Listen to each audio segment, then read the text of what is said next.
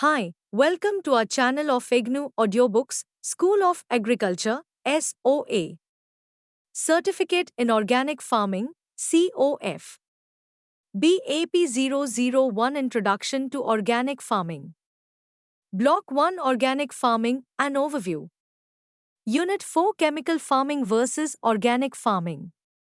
4.0 Objectives.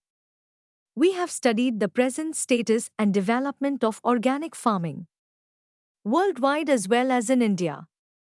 We have also come across the market for organic food and advantages of India in developing organic farming and becoming a major producer cum exporting country.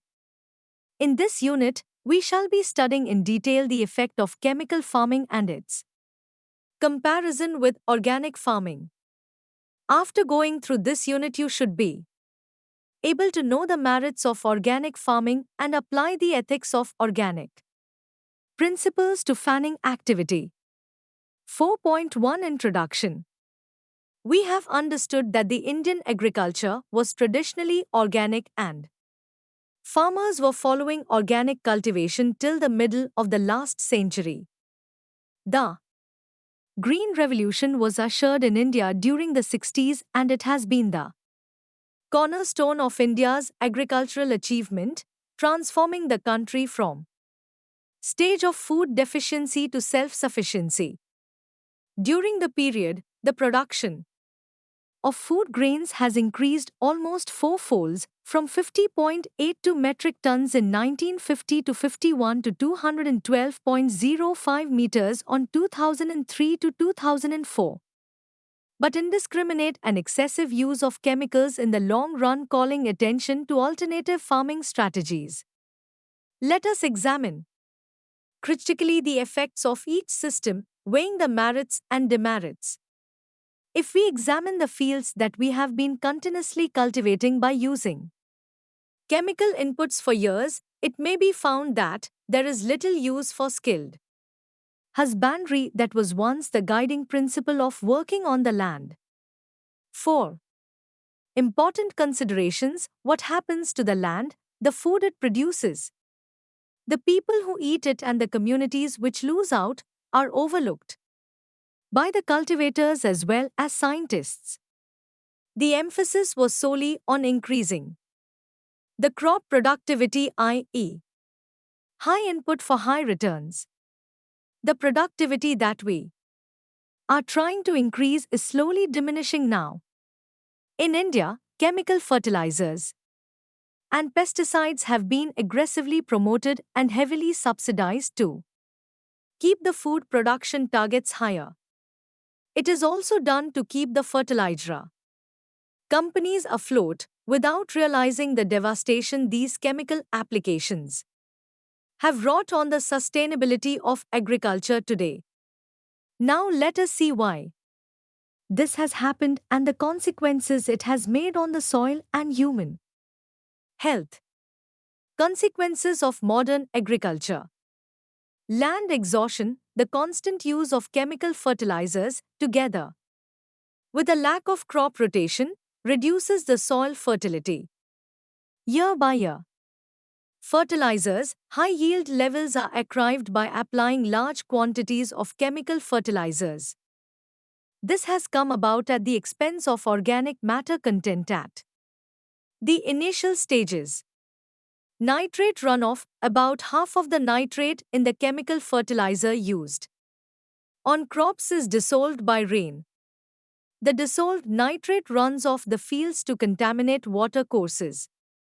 Soil erosion: when repeated deep plowing is carried out to turn over the topsoil, heavy rains wash away the topsoil and leave the ground useless for cultivation. Soil compaction: damage to the structure of soil by compression is a serious problem in areas that are intensively farmed. Modern farming may involve a tractor passing over the land 6 or 7 times, and the wheeling can cover up to 90% of a field.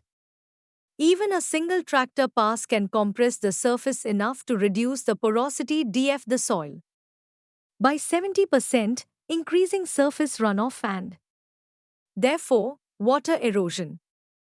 In the worst cases, the surface runoff may approach 100%, none of the water penetrates the surface. Agricultural fuel, as crop yields grow, so does the amount of fuel needed to produce them. Most of the fuels we use are petroleum based, which are non renewable. Biocide sprays, the only controls used against weeds and pests, are chemical ones. Most crops receive many doses of different chemicals before they are harvested. Cruelty to animals on most modern farms, all animals, birds are crowded together indoors cages. Complex systems of machinery are used to feed them, and constant medication is provided to prevent disease. The cruelty involved in managing, breeding, and slaughtering farm animal today is unimaginably repulsive and horrifying. Animal slurry, with so many animals packed together in indoor sheds, their manure accumulates at great speed. It is often disposal poured into ponds, lakes which leak into local watercourses, contaminating them with disease-causing organisms and contributing to algae blooms. Imported animal feed, many farms are not self-sufficient in animal feed. Instead, they rely on feed brought into the farm. This often comes from factories which manufacture with feed additives and artificial chemicals. Stubble burning, in farms where stubble is burned, large amounts of potentially useful organic matter disappear into the sky in clouds of polluting smoke. Loss of cultivated biodiversity, larder farms are commercial in nature and tend to practice monoculture, i.e., growing the same crop and crop variety. Threat to indigenous seeds and animal breeds and species, native cultivars and animal breeds lose out to exotic species and hybrids. Many native animal breeds are today threatened with extinction. The same holds true for many indigenous plant varieties which have disappeared within the space of one generation. Habitat destruction, commercial farming demands that anything which stands in the way of crop production is uprooted and destroyed. The wild animals and plants which were once a common sight around farms are deprived of their natural habitat and die out. Contaminated food, both plant and animal products, leaves the farm contaminated with the chemicals or pesticides that were used to produce it. Destruction of traditional knowledge systems and traditions, rural indigenous knowledge and traditions, both agricultural and non-agricultural, is invariably connected to agriculture and agricultural systems. It is being overlooked in chemical-based farming. Control of agriculture in UTS and food distribution channel, the supply and trading in agricultural inputs and produce is in the hands of a few middlemen or large corporations. This threatens food security, reducing the leverage and importance of the first and the last part of the supply chain, the farmer and the consumer. Threat to individual farmers, chemical agriculture is a threat to their livelihoods and changes their lifestyles, unfortunately not for the better. Not only do whole communities become subject to the dangers of toxic agricultural chemicals, they seep into the food on which they are applied, and the foods grown for the general public become contaminated as well. In many places, trees have stopped bearing fruit because the heavy use of pesticides has killed the pollinators, the bees, and butterflies. 4.2.1 Pesticide residues in the food. The controversies regarding pesticide content in bottled drinking water aid aerated beverages highlighted by T$K media hardly came as a surprise. The problem is compounded in India because many pesticides banned abroad are manufactured and sold freely here. The farmers knowingly or unknowingly use, rendering them unfit for drinking purpose. Remember that even if you blame a beverage manufacturer, or a local grocery vendor for allowing pesticide residues in their products and treating human life so cheaply, the fact remains that pesticides entered the food and water supply through the agriculture system that used them. Here are certain pesticides used by our farmers on their crops. Residue of these pesticides is seen in the products that we use. Pesticides residues in the food. Food product contaminant pesticides. Apples diphenylamine, Captan, endosulfan, phosmet, as in phosmethyl. Bananas diazinon, thybendazone, carbaryl. Bell peppers methimidofos, chlorpyrifos, dimethoate, acephate. Endosulfan. Broccoli DCPA, methimidofos, demeton, dimethoate, parathion. Cabbage methimidofos, dimethoate, fenvalerate, permethrin, BHC. Cantaloupes methimidofos, endosulfan, chlorothalonil, dimethoate. Methylparathion. Carrots DDT, trifluralin, parathion, diazinon, dieldrin. Cauliflower methimidofos, endosulfan, dimethoate, chlorothalonil. Diazine. Celery dichlorin, chlorothalonil, endosulfan, acephate, methimidofos. Cherries parathion, malathion, Captan, dichlorin, diazinon. Corn sulfilate, carbaryl, chlorpyrifos, dieldrin, lindane. Cucumbers methimidofos, endosulfan, dieldrin, chlorpyrifos, dimethoate. Grapefruit thiabendazole, ethane, methidathan, chlorobenzylate, carbaryl. Grapes Captan, dimethoate, dichlorin, carbaryl, iprodione. Green beans, dimethoate, methimidofos, endosulfan, acephate, chlorothalonil. Lettuce, mevinfos, endosulfan, permethrin, dimethoate, methomyl. Onions, DCPA, DDT, ethane, diazinon, malathion. Oranges, methidathan, chlorpyrifos, ethane, parathin, carbary. Peaches, dichlorin, Captan, parathion, carbaryl, endosulfan. Pears, as in phosmethyl, cyhexatin, phosmet, endosulfan, ethane. Potato, DDT, chlorprophym, dieldrin, aldecarb, chlordane. Spinach, endosulfan, DDT, methomyl, methimidofos, dimethoate. Strawberries, Captan, vinclozolin, endosulfan, methimidofos, methyl. Parathion. Sweet potatoes, dichlorin, DDT, phosmet, dieldrin, BHC. Tomatoes, methimidofos, chlorpyrifos, chlorothalonilo, permethrin, dimethoate. 4.2.2 Pesticide Effect on living things. Here is the list of some common pesticides that affect humans, animals, and the environment in adverse ways. They can be found in practically every food source today. Stubble burning. In farms where stubble is burned, large amounts of potentially useful organic matter disappear into the sky in clouds of polluting smoke. Loss of cultivated biodiversity. Larder farms are commercial in nature and tend to practice monoculture, i.e., growing the same crop and crop variety. Threat to indigenous seeds and animal breeds and species. Native cultivars and animal breeds lose out to exotic species and hybrids. Many native animal breeds are today threatened with extinction.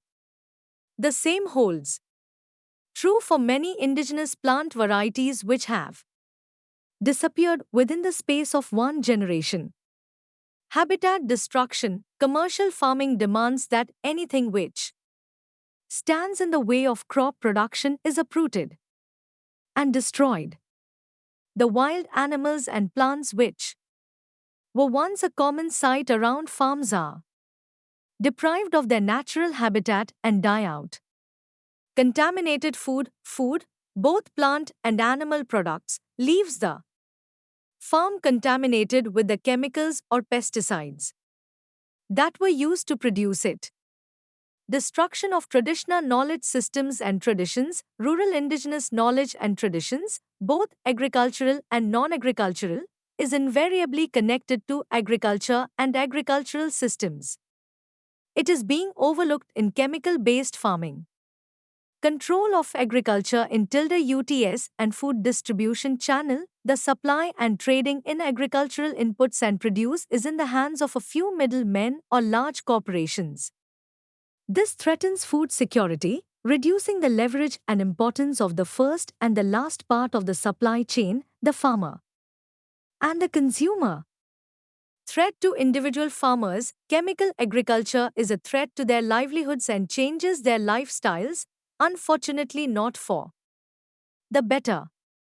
Not only do whole communities become subject to the dangers of toxic agricultural chemicals, they seep into the food on which they are applied, and the foods grown for the general public become contaminated as well.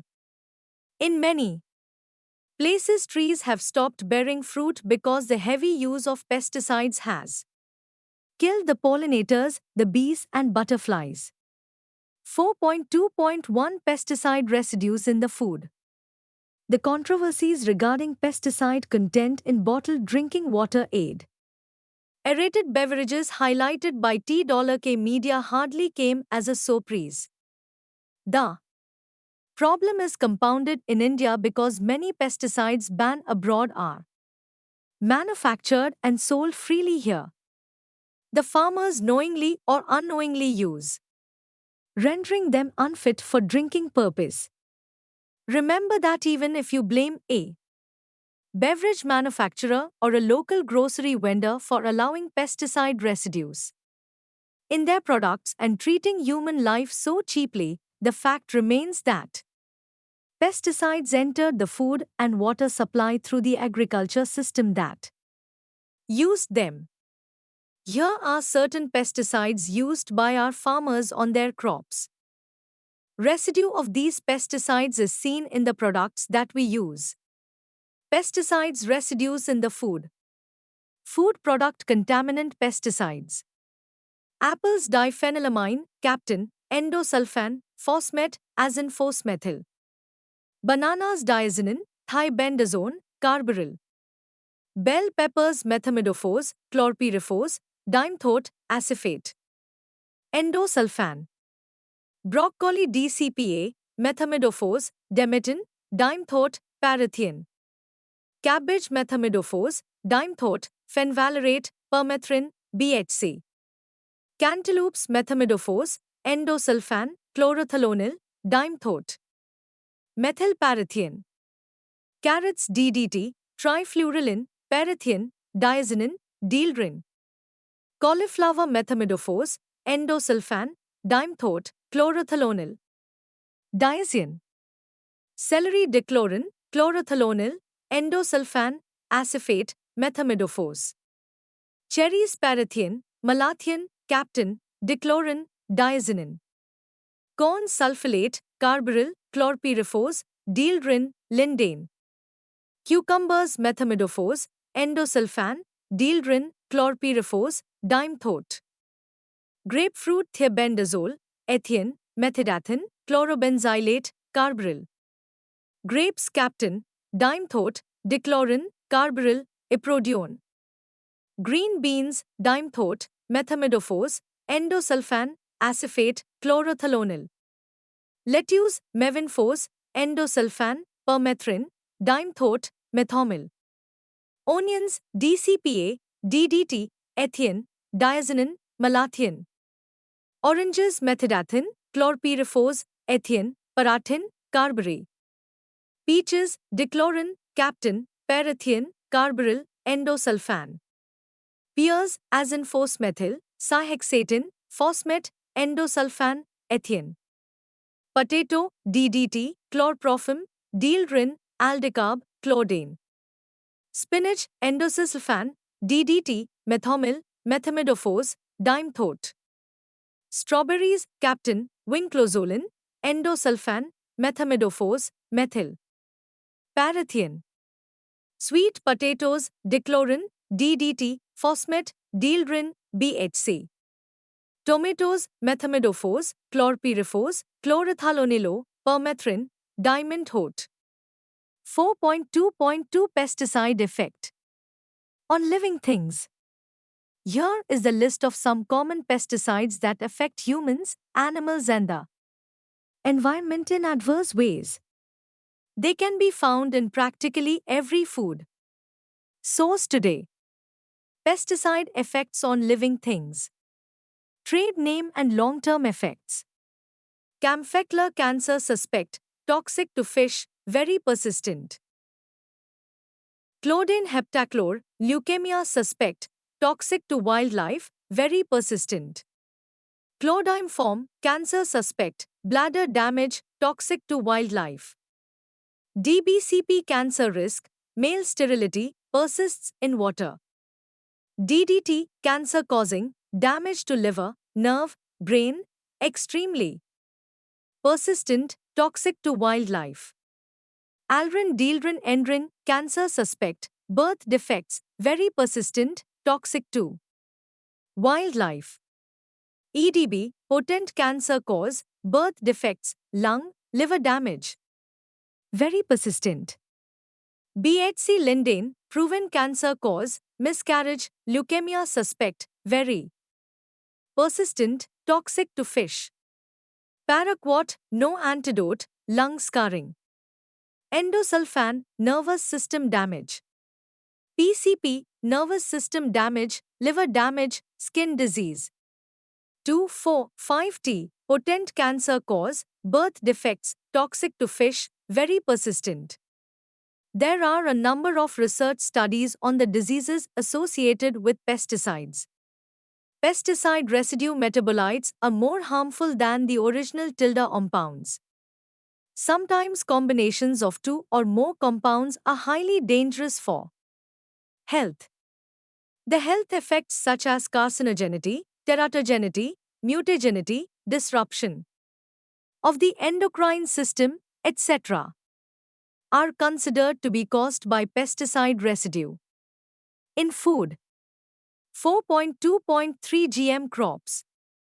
The most recent introduction of GM seeds and crops, genetically modified, also called GE, genetically engineered, also could pose problems.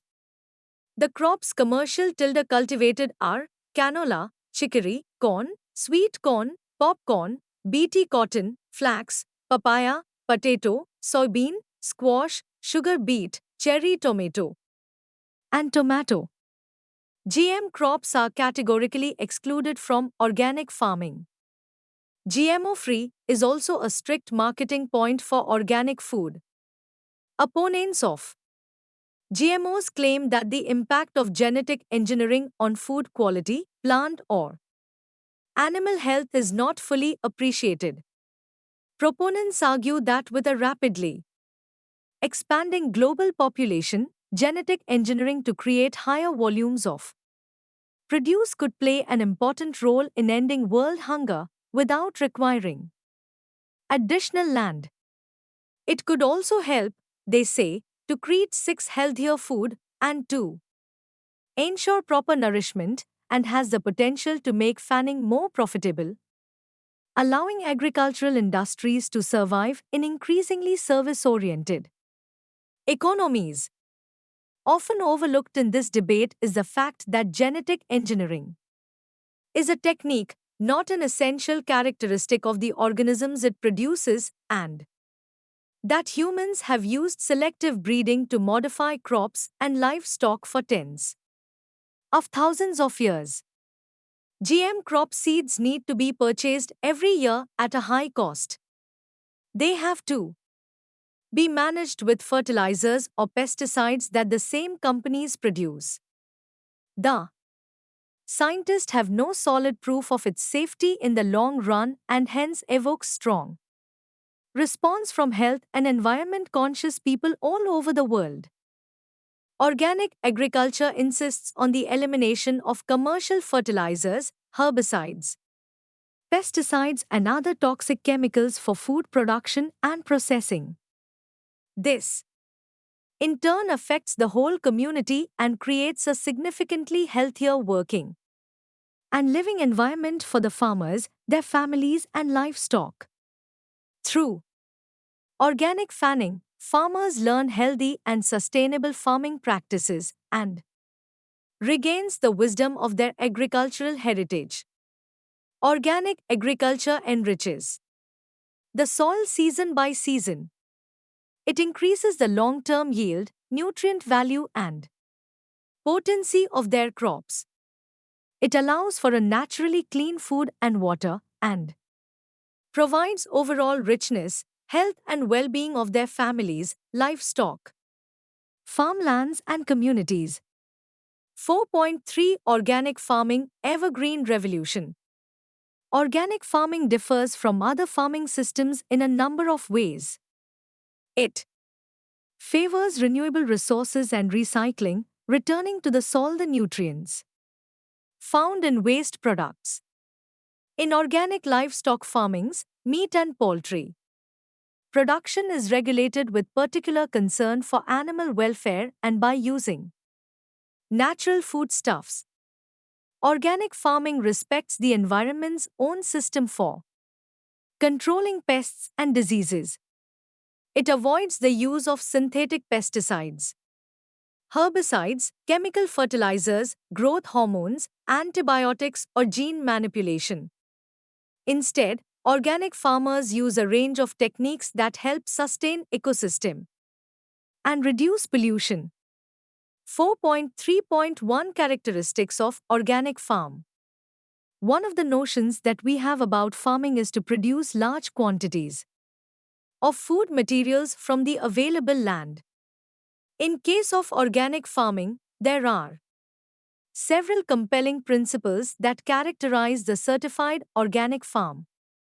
They include biodiversity, diversification and integration of enterprises, sustainability, natural plant nutrition, natural pest management, and integrity. If we examine some of the successful organic farms around us, most of above operations are reflected in the activities of these farms to a greater or lesser degree. Since each farm is a distinct entity, there is a large degree of variation. Also, now let us study these one by one. 4.3.2 Biodiversity.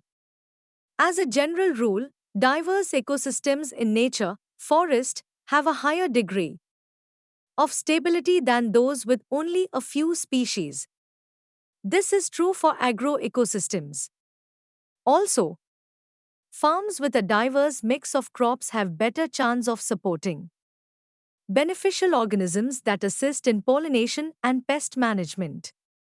Diversity. Above ground also suggests diversity in the soil, providing better nutrient cycling, disease suppression, tilth, and nitrogen fixation. Good organic farmers mimic the biodiversity of nature through practices like intercropping, companion planting, establishment of beneficial habitats, and crop rotation. The effort to increase biodiversity works hand in hand with enterprise diversity, which is often an objective on organic farms. 4.3.3 Diversification and integration of enterprises. The drive to build biodiversity in organic systems encourages diversity among enterprises, but not as isolated or independent entities. Good organic operations integrate their various enterprises, especially crops and animals. A good example can be seen among the Kerala farmers who maintain organic crop and livestock operations. A typical organic farmer integrates all the farm operation in such a way that he ties the needs of crops and livestock together in a practical and elegant way. The forage and grain needs of ruminant livestock are made from a diverse mixture of fodder crops. Forage legumes in rotation fix a sustainable supply of nitrogen in the soil that feeds subsequent non-legume crops in rotation. Manure from the livestock enterprises is converted through biogas plants and vermicomposting as a nutrient resource and recycled back to the crop fields. Farms such as these have the additional advantage of greater economic sustainability as their risks are spread over livestock, crop enterprises, and value addition of produce. 4.3.4 Sustainability. In addition to the greater economic sustainability afforded by enterprise diversification, organic farmers are often able to reap market premiums for certified production. However, since many organic enterprises realize somewhat lower marketable yields, this has not always translated into higher profits or greater economic sustainability. As more and more organic growers enter the marketplace, it is likely that premiums will stabilize at modest levels and may vanish for some crops. Organic producers need to look well ahead and be aware of shifting trends and seasonality of crops. Organic farms perform well on many of the measurable indicators associated with sustainability, such as energy consumption and environmental protection. However, sustainability is an ideal, and the best that can be said is that many of the organic farms are closer to the ideal than most alternatives, certainly closer than comparable chemical farming operations. 4.3 5. Natural plant nutrition. Plants photosynthesize and make sugars, which are ultimately synthesized into proteins and other plant yields. Human and animals, by contrast, can obtain energy, foods, proteins, and vitamins only by consuming plants or animals. Productivity products. Both plants and animals also require minerals. Humans and animals extract minerals, along with sugars and proteins from the food they eat. Plants, too, obtain minerals and a wide range of vitamins, antibiotics, and other useful compounds through digestion. However, plant digestive systems are not internalized as they are in animals. Plants must rely on the external digestive processes of the soil system within reach of their roots, a zone called the rhizosphere. The organic philosophy of crop nutrition begins with proper care and nourishment of the organisms responsible for the soil digestive process. Organic farmers believe this is best accomplished by avoiding toxic chemicals and practices like excessive tillage that are harmful to soil organisms, as well as by the addition of organic matter and natural rock minerals. Conventional systems, in contrast, try to circumvent the soil's digestive process and provide needed minerals to the plant directly in a soluble form. From the organic perspective, the chemical farming approach has several flaws.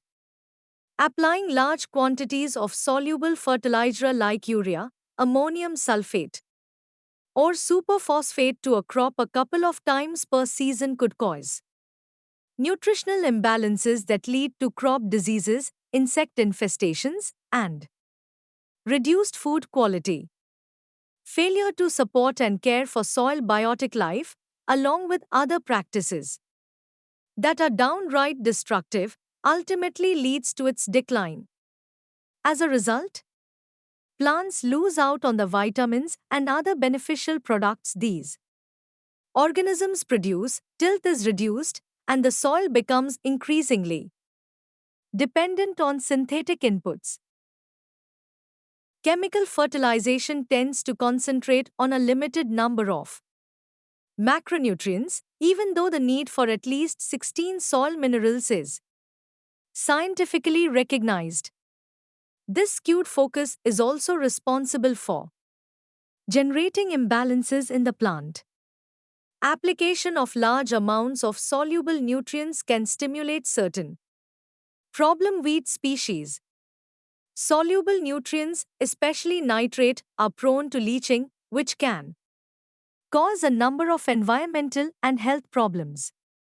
It is organic farming's approach to soil building and plant fertilization that is the true basis for the belief that organic food and feed have superior nutritional value. 4.3.6 Natural Pest Matilda Agement. Whether it is chemical or organic farming, all farmers are concerned with pests. They spend a lot of time and resources in controlling them. However, in the organic farms, the pests, whether weeds, insects, or diseases, are not simply scourges. They are indicators of how far a production system has strayed from the natural ecosystems it should imitate. Certain weeds, for example, tend to predominate when soils are too acidic or too alkaline. Some become a problem when soil structure is poor and conditions become anaerobic. Others may be stimulated by excessive fertilizer or manure salts. Organic proponents also believe that insect pests are attracted to inferior or weak plants, the result of poor crop nutrition. Their logic continues by asserting that pests are naturally repelled by vigorous and well-nourished plants. This belief is often challenged, and significant research remains to be done. As scientific understanding has grown, insect pest outbreaks are also being understood as imbalances in the whole agro-ecosystem and how it is managed. In nature, massive pest outbreaks are relatively rare and short-lived. Due to the presence of natural predators, parasites, and disease agents that quickly knock the pest numbers back down to a moderate level.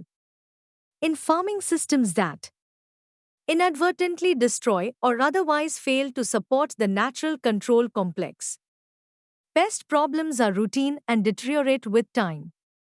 The farmer becomes increasingly addicted to costly and extreme control methods to produce a crop.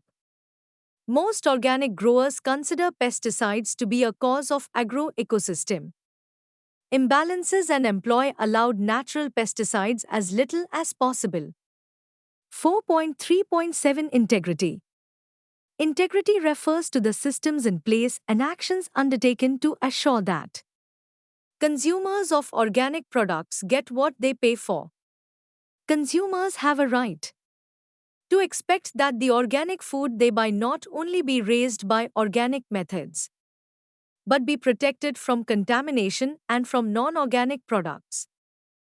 Malay, the responsibility for much of this rests with others in the organic marketing chain. Many certified organic growers need to incorporate additional practices that work to assure the integrity of their products. Proper record keeping is very important in this regard, though growers are often reluctant to spend much time on it. Among the more important production practices in the field are buffer strips, which reduce chemical drift from neighboring fields and roadsides, while also serving water and soil conservation objectives. 4.4 Comparison of chemical and organic system. We know that organic farming is not new. In fact, it is a reaction against the large-scale, chemical-based farming practices that have become the norm in food production over the last few decades. The differences between chemical and organic farming account for most of the controversy and claims surrounding method, and organic farming account for most of the controversy and claims surrounding method and organic food. Until recently, the comparison looked something like this. Key differences between conventional and organic systems. Size, organic farming. Relatively small scale, independent operations, e.g. the family farm. Chemical farming, large scale, often owned by or economically tied to major food corporations. Methods. Organic farming, low use of purchased fertilizers and other inputs, Low mechanization of the growing and harvesting process. Chemical farming, intensive chemical programs, and reliance on mechanized production using specialized equipment and facilities. Markets, organic farming, often local, direct to consumer, through on farm outlet and farmers markets and through specialty wholesalers and retailers, e.g. Organic Bazaar. Chemical farming, wholesale, with products distributed across large areas. Average supermarket produce travels hundreds to thousands of miles and sold through high volume outlets. The contrast is as much economic as it is between methods of production. Most of the organic farms have been typically small business units, often based in local economics, and chemical farming is big business or often called agribusiness or corporate farming that is closely integrated with all aspects of the global food production chain. However, the situation is changing rapidly as consumer demand encourages large-scale organic production. The organic systems appear to have fewer negative safety and quality concerns than conventional farming. Its regulatory and certification requirements are strict and tough. Farmers wishing to convert from conventional approaches to organics also incur considerable costs, compliance, transition yields, certification. For overview, adopting methods that may be more societally beneficent, i.e., resource conservation, pollution, food security. In many countries, the dominant agricultural policies and regulations neither encourage nor support organic farming practices. Regulation is not the only distinction, however. There are considerable differences in both the institutional and market factors between chemical and organic systems. Most countries. Characteristics of chemical and organic systems. Chemical. 1. Large markets. 2. Easy market access. 3. Modest growth rate. 4. Intense competition. 5. Rewarded for quality and low price. 6. Government support, subsidy. R&D, extension. 7. Capital intensive. 8. Short learning curve. 9. May face more trade barriers. Organic. Smaller markets. Less accessible markets. Robust growth rates, moderate competition, rewarded for quality and process. Limited government support. Knowledge intensive. Longer learning curve. Incorporates traceability, MRL, other standards. 10. Strong downward price pressures, price premiums in the marketplace. 4.5. Why do people choose organic food? Consumers of organic products continue to buy these produce from known sources. A survey among these consumers as well as proponents of organic farming revealed the following. Times better taste. Organic food tastes better. This is the simple message given by many people who eat organic. Times healthier. Organic foods have far less residues of pesticides, growth promoters, and antibiotics. It has been shown in a number of studies that organic food contains more vitamins, nutrients, and cancer-fighting antioxidants than non-organic food. Animal-friendly, organic farming places great emphasis on animal welfare and is more animal-friendly, where animals are not treated with synthetic growth hormones or drugs. GMO-free, genetically modified organisms are not allowed in organic agriculture. Times fair play. By avoiding expensive inputs of agrochemicals, organic farmers can manage to reduce production costs and get out of the debt trap. Fair prices additionally can enable farmers to get reasonable returns for their efforts. Times more sustainable. Organic production aims at all times towards sustainability while having best management of the environment and wildlife as a priority. This implies a sustainable management of natural resources, soil, water, and biodiversity. Organic systems are less dependent on non-renewable resources. Times traditions meeting science, organic systems rely on a modern and scientific understanding of ecology and soil science while also integrating traditional agricultural knowledge. 4.6 Facts and Fallacies of Organic Farming. In spite of the massive movement towards organic farming philosophy and practices, there are a number of fallacies that surround organic farming, both in favor of and against. Some of the more common ones are: yields in organic farming are lower than chemical farming. Not so.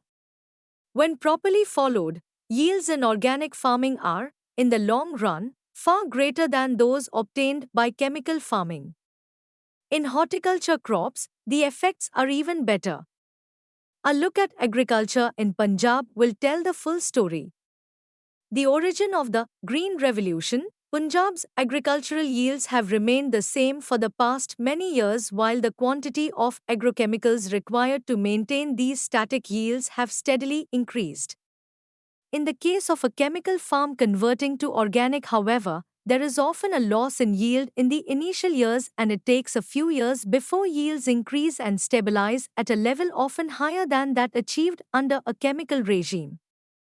It is therefore recommended to convert a farm to organic gradually over a period of 3 to 4 years if income from the farm is a key issue. Organic farming is not economical. Again, not so. While certain practices such as composting and mulching do entail greater costs on account of labor, the overall cost of cultivation is usually lower than chemical farming. An important point to note here is that the farmer has to be self-sufficient in his requirement, especially for the inputs like composts and pest control measures, otherwise economics do get skewed. Farmers who could make their own inputs are successful organic farmers. You can't supply enough nutrients by using composts. This is a common argument put forth against organic farming, especially academicians. If one calculates the percentages of nitrogen, potassium and phosphorus in fertilizers and composts, the difference is indeed vast. Going by these scientific calculations, one may find that in lieu of say 200 kilograms of mixed fertilizers, one needs over 30 tons of composts, fairly impossible to supply 2 or 3 times a year. In organic farming, however, the concept of feeding the plant does not exist. The attempt here is to feed the soil, keep it healthy and living, and keep a process in motion. Much of the work is done by the numerous soil organisms and microorganisms that thrive in living soils. The various practices of organic farming ensure that soil fertility is maintained and this symbiotic relationship is kept alive and vibrant throughout the year rather than for a short period. The analogy we can think of is meeting your day's entire nutritional requirements, calculated for you by a dietitian, by swallowing a few tablets and capsules. Your nutritional needs are met, but will you remain healthy? There is big money in organic farming.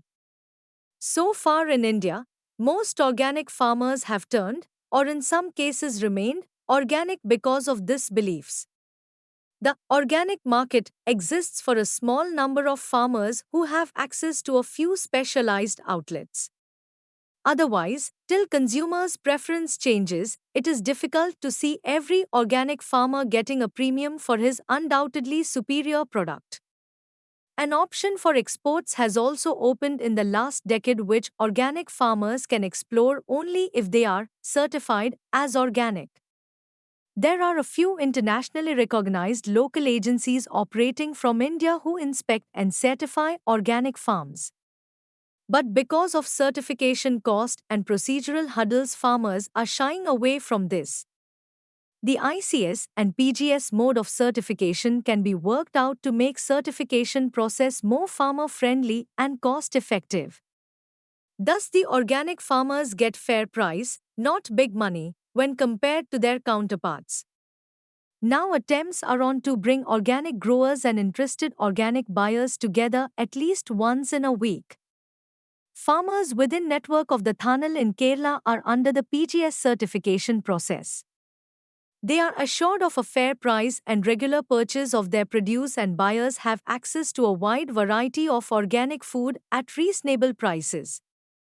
The non-use of chemical fertilizers and pesticides is organic farming, or the use of organic manures is organic farming.